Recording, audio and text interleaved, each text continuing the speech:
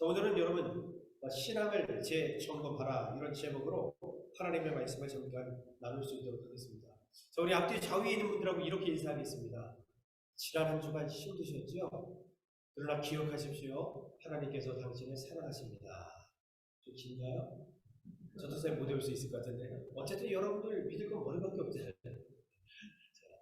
지난주 뭐라고 했죠? 제가 힘드셨죠? 네, 지난주 힘드셨죠? 그러나 꼭 기억하십시오.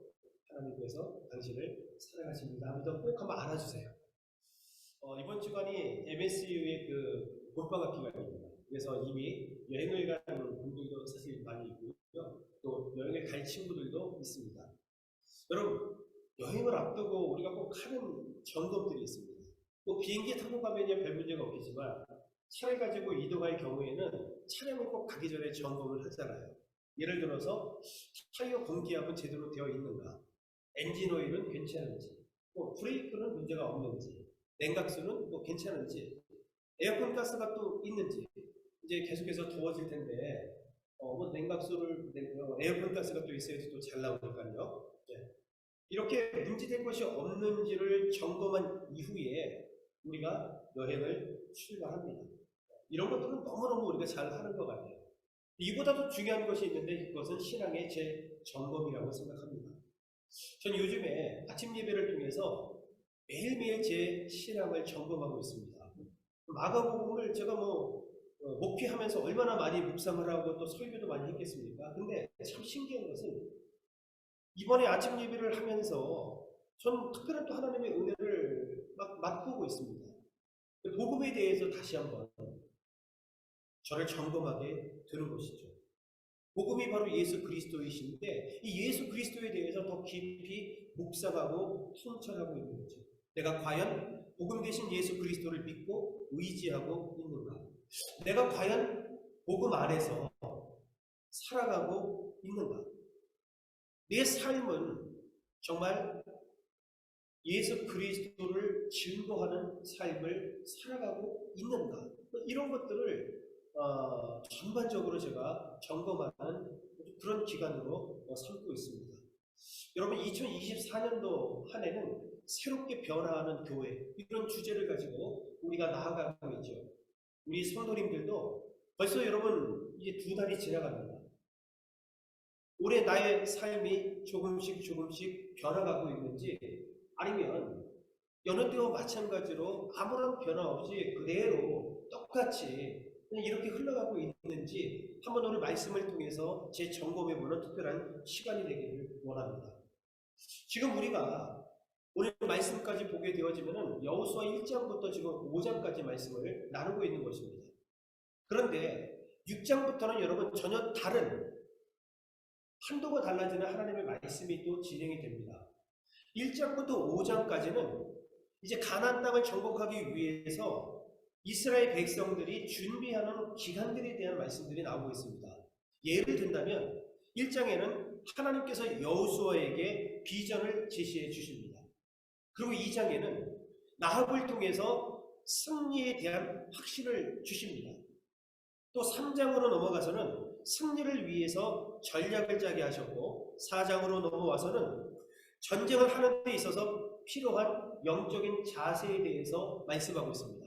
그리고 5장, 오늘 말씀이 참 중요한데 이 5장에는 전쟁을 앞두고 마지막으로 하나님께서 최종 점검을 하시는 메시지가 이 안에 들어있다는 것입니다. 그런데 할례를 통해서 하나님께서 최종적으로 검사를 하고 있다는 겁니다. 어디에서 여러분 지금 이렇게 하나님께서 검증을 하고 계실까요? 길갈이라는 지역에서이죠. 길갈이라는 이름의 뜻이 오늘 본문에도 나와 있었습니다. 무슨 뜻이라고 그랬었죠? 혹시 기억나십니까? 길갈. 애굽의 수치를 물러가게 하셨다.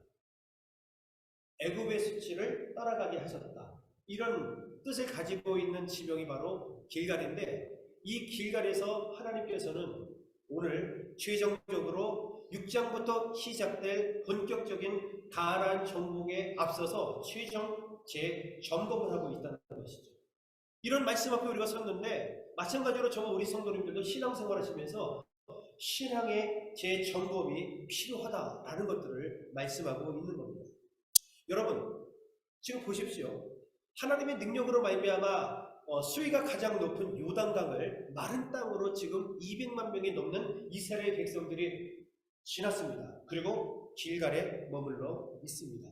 그런데 오늘 문제는 뭐냐면 하나님께서 여호수아에게 이렇게 말씀하시는 거예요. 너희는 길갈에서 할례를 다시 행하라. 이렇게 말씀하고 있어요. 왜 다시 행하라고 했습니까? 아까 말씀이 쭉 우리가 읽었죠. 애굽에서 나오기 전에 이스라엘 백성들은 할례를 받은 상태에서 나왔습니다. 그런데 40년 광야 생활을 하면서 그들은 목이 곧은 백성으로서 하나님의 말에 순종할 수가 없었고 웬만하면 하나님 반대되는 삶을 살았잖아요. 그리고 지속적으로 이동을 해야 했기 때문에 할례를 받기가 쉽지가 않았던 것입니다. 그래서 광야에서 태어난 사람들은 한 명도 할례를 받지 못했기 때문에 이제 전쟁을 앞두고 지금 할례를 행하라 이런 메시지를 주신 겁니다. 할례라고 하는 것은 여러분들이 잘 알고 있는 것처럼 포용수술입니다. 그런데 할례를 하게 될 경우에는 며칠 동안 거동할 수가 없습니다. 참으로 힘듭니다. 자, 이런 상태에서 여러분 길갈에서 전쟁할 수 있는 모든 남자들이 할례를 받고 있다 그러면 가나안에 있는 족속들이 쳐들어오면 이건 어떻게 되겠습니까? 한 방에 가는 겁니다. 제가 예를 들어서 말씀을 드리겠습니다. 창세기 34장에 가게 되면은 야곱의 딸 가운데에 야곱의 딸이 있었습니다. 디나라는 딸이 있었는데 세겜이라고 하는 성읍에 세겜이라는 추장이 있었는데 안 좋은 일을 당하게 됩니다. 그래서 사실은 막 굉장히 야곱과 그의 식구들은 막 부글부글 거렸죠. 어떻게 이런 일이 있을 수 있느냐. 물론 어쨌든 이제 혼인하는 어떤 그런 상황까지 나아가게 되는데 야곱과 야곱의 가족들이 요구한 것이 있었습니다. 할례하지 않은 자들과는 사돈을 맺을 수 없다. 그러니 할례를 하라. 그래서 세겜 성읍에 있는 모든 남자들이 다 할례를 받습니다. 그런데 그 사이를 틈타서 디나의 오라버니인 시므온과 레위 이 두 사람이 세겜성에 들어가서 남자들을 싹 다 죽여버렸어요. 제가 이런 말씀을 드린 이유는 뭐냐면은 여러분 이렇게 할례를 받게 되어지면은 거동이 불편하기 때문에 그 세겜에 있는 많은 남자들이 그 두 명 남자를 상대하기가 힘들 수밖에 없다는 겁니다. 그런데 이 길갈에서 그 모든 남자들이 할례를 받는다고 해보십시오. 지금 가나안 땅에 있는 모든 족속들은 지금 누구를 주시하고 있을까요? 이스라엘 백성들을 지금 주시하고 있지 않겠습니까? 왜냐하면 소문이 다 났거든요. 야, 수위가 가장 높은 그 요단강을 그냥 물이 갈라져갖고 마른 땅으로 건넜대. 야, 이제 어떻게 되는 거지? 모든 초점이 지금 이스라엘에게 있는데 얘네들이 지금 할례를 받았어. 여러분, 할례는 이스라엘만 받았던 것이 아닙니다. 그 이스라엘의 중심으로 그 고대 근동에 있는 모든 지역들은 사실은 다 할례를 받고 있었습니다. 다른 점이 있다 그러면 이스라엘 백성들은 낳은 지 8일 만에 할례를 받았습니다. 그 이유는 뭐냐 하면 여인이 아이를 출산하고 나면 일주일 동안은 불결하다고 성경은 말하고 있습니다. 그래서 깨끗해지는 8일째 이제 할례를 하는 겁니다. 그러나 다른 민족들은, 다른 나라들은 성인식을 하면서 할례를 많이 했다는 것입니다. 어쨌든 할례가 무엇인지를 다 알고 있었고 남자들이 그렇게 할례를 받고 있다 그러면 주시했다가 몇 명 안 들어와도 다 끝장낼 수 있는 그런 상황이기 때문에 지금 길갈에서 여러분 하나님께서 할례를 행하라라고 하는 것은 지금 전쟁하라 마라라는 거예요. 아니 여기까지 데리고 와서 우리 보고 죽으라는 의미인가? 이렇게 여러분 볼 수도 있다는 겁니다. 자, 그런데 여러분 보십시오. 자, 여호수아 5장 2절 말씀을 한번 보도록 하겠습니다. 자, 같이 한번 읽어봅시다. 시작. 그때에 주님께서 여호수아에게 말씀하셨다. 너는 돌칼을 만들어 이스라엘 자손에게 다시 할례를 베풀어라. 자, 여러분 왜 이렇게 말씀하셨는지 하면 자, 우리 1절 말씀해 보시면 이해가 확 됩니다. 1절입니다. 시작. 요단강 서쪽에 있는 아모리 사람의 모든 왕과 해변에 있는 가나안 사람의 모든 왕이 주님께서 이스라엘 자손 앞에서 그들이 요단강을 다 건널 때까지 그 강물을 말리셨다는 소식을 듣고 간담이 선을 했고 이스라엘 자손 앞에서 아주 용기를 잃고 말았다. 아멘. 이 끝부분의 말씀에 주목해 주십시오. 간담이 선을 했고 이스라엘 자손 앞에서 아주 용기를 잃고 말았다. 아예 지금 완전히 마음이 녹아져 버린 그런 상황입니다. 가나안 족속들이 말이죠. 뿐만 아니라 그들이 그 소식을 듣고 정신줄을 놓았기 때문에 지금 여러분 할례를 한다고 해서 쳐들어 올 만한 상황이 절대 아닌 거예요. 하나님께서 이 모든 상황들을 지금 계획하시고 지금 만들어 가고 있는 모습을 우리는 이 속에서 찾을 수가 있는 겁니다. 그래서 오늘 2절에 보면 그때에 이렇게 말씀이 시작된단 말이에요, 여러분. 그때에, 이 그때는 언제입니까? 할례하는 시점이 어떤 시점이냐 하면은 이미 이스라엘 백성들의 소식을 듣고 하나님이 함께 하신다는 소식을 듣고 간담이 서늘해지고 마음이 이미 녹아지고 정신줄을 놓게 된 그 시점이라는 거예요. 그렇기 때문에 하나님께서는 이스라엘 백성들에게 할례를 행하라고 여러분 말씀하셨습니다. 우리 하나님은 우리 인생의 설계자가 되심을 믿으시기를 주의 이름으로 축원합니다. 여러분 따라하십시오. 하나님은 우리 인생의 설계자이십니다. 시작. 하나님은 우리 인생의 설계자이십니다. 아멘. 여러분 보험 들면은 우리 보험을 이렇게 챙겨주는 사람을 우리가 누구라고 그래요? 보험 설계사라고 이야기를 하죠. 저는 진주에서 목회할 때 우리 교회에 정말 많은 보험 설계자들이 교회를 다니시고 섬겨주셨습니다. 그래서 뭐 보험에 대해서 걱정 안 했어요. 매년 아니면 뭐 새로운 상품이 있으면 맨날 이렇게 얘기를 저는 들어도 잘 모르거든요. 그냥 뭐 아내한테 이렇게 얘기를 하면 어쨌든 뭐 그냥 쭉 설계를 해줘요. 이렇게. 네. 그래서 어떻게 해야 되는지 뭐 담임 목사님한테 뭐 좋게 얘기를 해주겠죠. 네. 여러분 보험 설계자도 귀하신 분이지만 그와는 정말 비교할 수 없는 전능하신 하나님께서 우리 인생의 설계자가 되심을 우리 말씀을 통해서 우리는 깨닫게 되는 겁니다. 우리 하나님께서는 우리 인생의 항로를 결정해 주시는 선장이심을 말씀을 통해서 깨닫게 되는 거죠. 여러분 우리 하나님은 어떤 분이십니까?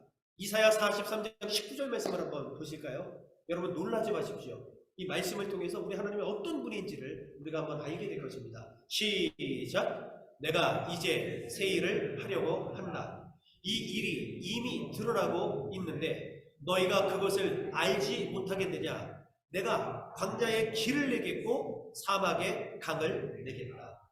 아멘. 여러분 광야에 길을 낼 수 있겠어요? 그 누가 길을 내겠습니까? 사막에 강을 낼 수 있는 사람이 과연 누가 그렇게 강을 내겠습니까? 그러나 하신 분이 있다는 거예요. 하실 수 있는 분이 계신데 그분이 누구셔요? 하나님이시란 거예요. 그 하나님께서 오늘 우리에게 새 일을 행하실 계획을 갖고 계신다는 겁니다. 그래서 전에도 내 인생을 설계해 주셔서 여기까지 인도해 주셨는데 앞으로도 새 일을 행하실 것을 계획하셔서 우리를 이끌어 주신다고 오늘 말씀을 통해서 우리에게 선포하고 계십니다. 우리 하나님은 광야에 길을 내시는 분이십니다. 여러분 앞이 막히셨어요? 갈 길이 어디인지 보이지 않습니까? 아무것도 없는 광야에도 길을 내시는 하나님이신데 뭐가 두렵고 걱정이 되십니까? 사막 한가운데에 마실 물도 없고 죽음만을 기다리는 듯한 그런 상황에 처해 있습니까? 뭐가 걱정이십니까? 하나님께서는 한순간에 강을 만드실 수 있는 분이신데 여러분 물 먹다가 진짜 배 터지게 될 것 같아요. 무엇이 걱정이 있겠습니까? 사막에 강을 내시는 그분이, 광야에 길을 내시는 그분이 우리 하나님이신데 아무것도 염려하거나 걱정할 이유가 없다. 성경은 그렇게 말씀하시면서 우리 하나님이야말로 우리 인생의 설계자가 되신다라고 성경은 분명히 말씀하고 있습니다. 여러분 놀랍지 않습니까? 늘 기대가 됩니다. 늘 기대가 돼요. 우리 교회 참 너무 감사한 교회입니다. 오늘 보십시오, 여러분. 매일 한 주 한 주가 뭐 달라집니다. 뭐 카메라도 설치가 되어 있고, 뭐 참 너무 감사합니다. 네. 저는 사실 제가 깜짝 놀라는 것은 저의 부족한 설교가 또 이렇게 인터넷에 올려지는 것 자체가 저는 깜놀이죠. 요즘 세상 말로. 깜짝 놀랄 일입니다. 참 부끄럽습니다. 그럼에도 불구하고 하나하나 우리 하나님께서 무언과 설계를 하시고 이끌어 가시는 모습들. 저 개인적으로도 그런데 지금 여러분 삶의 현장에서 우리 하나님께서 각자를 어떻게 이끌고 계시는지 다 알고 계시잖아요. 놀라운 일 아니십니까? 하나님 아니시면 하실 수 없는 일들이 지금도 일어나고 있고요. 저 개인적으로도 2월 달에 기도하는 가운데 하나님께서 정말 응답 주시는 것들이 막 눈에 보이고 있습니다. 그래도 또 한 번 여러분 이렇게 박수를 칠 수밖에 없어요. 야, 내가 기도할 수밖에 없겠구나. 하나님께서 내 인생을 붙잡고 계시는구나.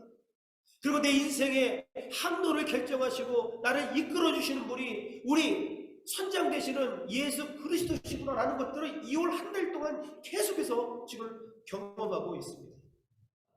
자, 여러분, 그리고 오늘 본문의 말씀으로 다시 돌아가서 오늘 길갈에서 최종 점검을 할례하는 것으로 하나님께서 말씀을 하고 있습니다. 자, 이제 할례에 대한 말씀들을 좀 나눌 것인데 뭐 할례에 대해서 깊은 의미가 들어있다는 것이죠. 히브리어로 할례를 브리트 밀라 이렇게 이야기를 합니다. 브리트는 언약 이런 뜻이에요. 그리고 밀라는 할례 이런 뜻입니다. 그러니까 할례라는 말 자체가 언약의 할례라 이런 뜻이에요. 언약의 할례. 그러니까 할례에는 뭐가 들어있다는 거예요? 언약이 들어있다. 누구의 언약일까요? 하나님하고의 언약이 있다는 것이죠. 네. 물론 육체적으로, 육신적으로 할례하는 것도 중요하겠지만 사도 바울은 이야기합니다. 그것보다 더 중요한 게 뭐라고 했죠? 우리 마음의 할례를 받는 것. 우리 마음의 할례를 받는 것.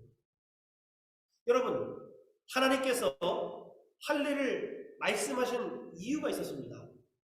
그 이유가 뭐냐면 할례는 하나님의 백성이 되었다는 언약의 표시이기 때문에 하나님께서 말씀하신 겁니다. 하나님의 백성이 되었다는 것을 아예 이스라엘 백성들 몸에 새겨놓은 흔적이 바로 뭐예요? 할례인 거예요. 그러니까 그런 표시가 있으니까 나는 하나님의 백성입니다. 나는 하나님의 자녀입니다. 라는 것들이 확실한 거죠. 중요한 것은 육체적으로 할례하는 것 이상으로 훨씬 더 중요한 것은 뭐 못할 수도 있잖아요. 육체적으로. 마음의 할례는 반드시 우리가 받아야 된다는 겁니다. 이게 무엇입니까? 나는 하나님의 자녀입니다. 그리고 우리 하나님은 나의 하나님이십니다. 라고 하는 그 인정함이 바로 뭐냐면 그 할례라고 하는 의미 속에 여러분 들어있다는 겁니다. 나는 내 하나님이 되고 너는 내 백성이라 라고 하는 말이 그 할례 안에 들어있는 겁니다. 한번 따라해 보기 바랍니다. 나는 내 하나님이 되고 너는 내 백성이라. 아멘. 그게 바로 할례의 의미라는 거예요. 그럼 우리가 영적으로 우리가 마음의 할례를 받은 성도들은 하나님의 자녀인 거예요. 그리고 나는 하나님을 뭐라고 불러요? 아버지라고 부르는 것입니다. 나의 왕이라고 부르는 것입니다. 이랬던 마음의 할례를 통해서 또 지금 이 순간 이스라엘 백성들에게는 하나님께서 육신의 할례를 통해서 이제 너희가 나의 백성이며 나는 너의 하나님이야 라는 것들을 지금 선포하신 것입니다.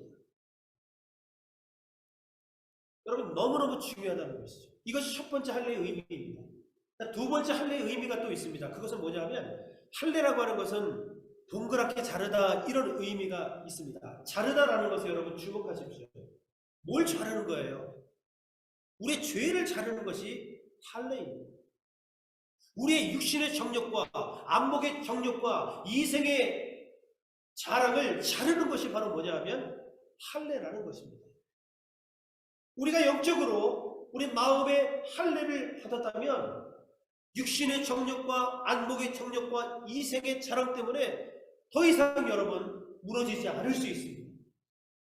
왜냐하면 자른 사람이기 때문입니다. 성령의 칼로 자른 사람들이기 때문입니다.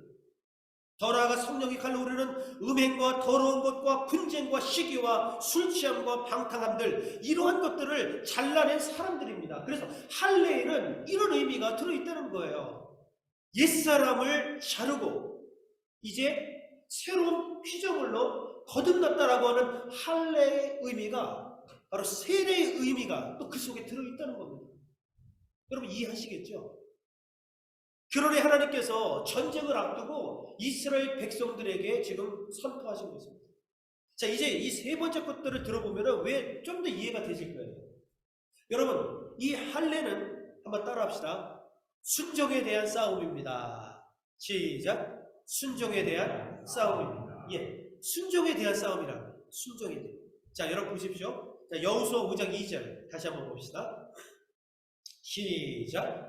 그때에 주님께서 여호수아에게 말씀하셨다. 너는 돌칼을 만들어 이스라엘 자손에게 다시 할례를 베풀어라. 3절 보십시오. 시작. 그래서 여호수아는 돌칼을 만들어 기브앗 하하라롯 산에서 이스라엘 자손에게 할례를 베풀었다. 아멘. 여러분 말씀드렸죠? 두 사람이 한 성읍을 끝장낼 수 있다는 거예요. 무슨 말씀인지 아시겠죠? 할례 안 한 사람이 할례한 사람들을 그렇게 할 수 있다는 것입니다. 마찬가지로 오늘 그런 상황 속에서 하나님께서 여호수아에게 할례를 명하실 때에 지금 여호수아는 순종하고 있는 모습을 보게 되는 것이죠. 여러분, 지금 할례를 하는 것은 전쟁을 포기하는 것과 같다. 세상적으로는 그렇게 우리가 이해할 수 있다는 겁니다. 그런데 중요한 것은 하나님의 전쟁은 군사력 싸움이 아니라는 것입니다. 하나님의 싸움은 거룩과 순결과 순종에 대한 싸움입니다. 자, 잘 들으세요. 하나님의 전쟁은 군사력에 대한 싸움이 아니라 거룩과 순결과 순종에 대한 싸움이라는 것입니다. 자, 오늘 본문 속에 나와 있지는 않지만 여러분 우리 13절을 한번 보겠습니다. 13절과 14절입니다. 자, 같이 한번 읽어봅시다. 시작. 여호수아가 여리고에 가까이 갔을 때에 눈을 들어서 보니 어떤 사람이 손에 칼을 빼들고 자기 앞에서 있었다. 여호수아가 그에게 다가가서 물었다. 너는 우리 편이냐? 우리의 원수 편이냐? 14절 시작. 그가 대답하였다. 아니다. 나는 주님의 군사령관으로 여기에 왔다. 아멘. 여러분 이 말씀 무슨 말씀입니까? 인간적으로 볼 때는 전쟁에 패배할 수밖에 없는 것이 할례인데 하나님 말씀에 순종했더니 하나님은 모든 계획을 가지고 계셨던 거예요. 여리고성 가까운 곳에 이미 하나님의 군대 장군을 파송해 놓은 것입니다. 순종하면 내가 싸우는 것이 아니라 누가 싸워요? 하나님이 싸우시는 것을 우리가 오늘 메시지를 통해서 발견하게 되는 겁니다. 여러분 내가 싸워봤자 뭐 얼마나 상대할 수 있겠습니까? 저처럼 싸움 못하는 사람은요 싸우기는커녕 얻어 터질 것 같아요. 물론 제가 태권도 1단에 특공 무술이 좀 할 줄 알지만 그래봤자 몇 명이나 상대하겠어요 여러분? 하지만 하나님의 군대 장관이 버젓이 서 있고 여리고성에 대한 전쟁을 진두지휘한다면 이것은 완전히 다른 것 아닙니까? 이렇게 하나님이 움직이시는 그 사건이 무엇을 통해서 이루어졌냐라는 것이에요. 그게 바로 순종입니다. 할례를 받으라. 이미 하나님께서 그 할례 속에 다시 한번 말씀하신 겁니다. 나는 너의 하나님이고 너는 나의 백성이다. 하나님의 자녀들이고 하나님의 백성이시기에 누가 책임지고 누가 이끌어 가시겠어요? 하나님이 하시지 않겠어요? 내가 하겠습니까? 아니죠. 하나님께서 그래서 할례를 먼저 말씀하신 겁니다. 그리고 순종하도록 하나님께서는 이끌어 가시고 결국에 가서는 우리 하나님께서 여리고성을 무너뜨리신 줄로 믿습니다. 육 안으로는 보이지 않았지만 이미 영적으로 하나님께서는 군대 장관을 파송했다면 거기에 눈에 보이지 않는 하나님의 군대가 엄청나게 여리고성을 쌓고 있지 않았을까? 그렇지 않겠습니까? 여러분, 오늘 이것을 점검하자는 겁니다. 과연 우리 성도님들은 하나님께 순종하고 계십니까? 하나님이 나의 인생의 설계자이심을 여러분 믿으십니까? 여러분 영적인 할례를 받으셨습니까? 그래서 하나님은 나의 하나님이시며 내가 하나님의 자녀인 것을 여러분 고백하십니까? 나의 죄악된 옛사람을 드러내고 그리스도 안에서 새로운 피조물이 되셨습니까? 하나님의 전쟁은 군사력의 싸움이 아니라 거룩과 순결과 순종에 대한 전쟁임을 여러분 믿으십니까? 이 사실을 믿는다면, 그리고 오늘도 어떠한 말씀이든지 하나님께서 나에게 주신 말씀이라면 순종할 때에 하나님의 군대 장관이 움직인다는 사실들을 꼭 기억하시면서 마지막으로 한 번 더 따라합시다. 우리는 순종하고 하나님은 역사하신다. 한 번 더. 우리는 순종하고 하나님은 역사하신다. 하나님은 역사하신다. 아멘. 언제 하나님이 역사하신다고요? 우리가 순종할 때. 여러분 이런 믿음 가지고 한 주간 살아가시기를 주의 이름으로 간절히 축원합니다.